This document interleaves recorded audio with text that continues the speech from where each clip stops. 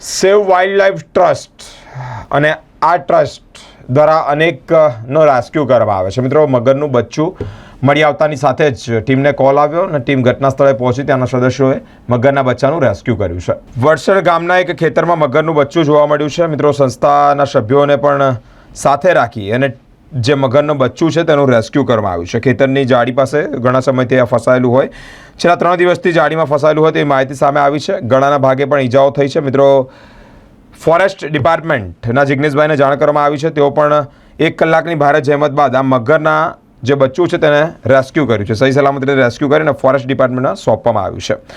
આ જ સંસ્થા સાપ, મગર, અજગર, દીપડો જેવા અનેકનું રેસ્ક્યુ કરે છે.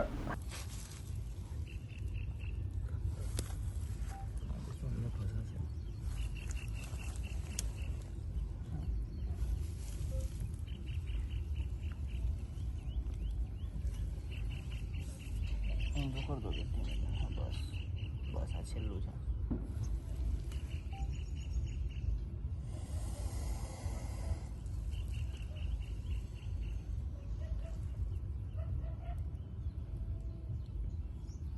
બહુ જોર કરે છે.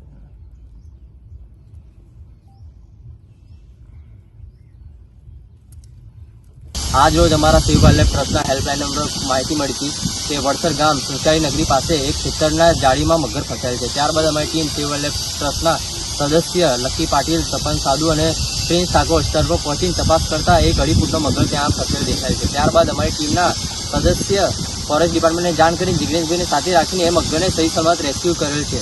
રેસ્ક્યુ કરવામાં મને એ વસ્તુ જોવા મળી છે, મગર 4 થી 5 દિવસથી ફસાઈ રહ્યો છે અને એના ગળા પાસે ઈજા થઈ છે. જાળીને નાયલોનની દોરીથી ઈજા થઈ છે અને એમાં મગેજ પડી ગઈ, એટલે કહેવાય છે નાના નાના જીવડા પડી ગયા.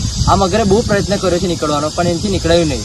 પણ અમારી ટીમ ત્યાં જઈ સ્થળ પર પહોંચીને સહી સલામત રેસ્ક્યુ કરીને એને ફર્સ્ટ એટલે સારવાર મળી જાય, સારવાર મળે એ રીતે અમે પ્રયત્ન કર્યો છે. ફોરેસ્ટ ડિપાર્ટમેન્ટ આપીને સારવાર પહેલી તકે સારવાર કરવામાં મોકલેલ છે. આ રીતે તમારા ઘરના આજુબાજુ કોઈ બી વન્યજીવ દેખાય, તમારા હેલ્પલાઇન નંબર 9979995591 પર કોલ કરો. અમારી સંસ્થા 24/7 અવેલેબલ છે. સેવ વાઇલ્ડ લાઈફ ટ્રસ્ટ, સંદીપસિંહ.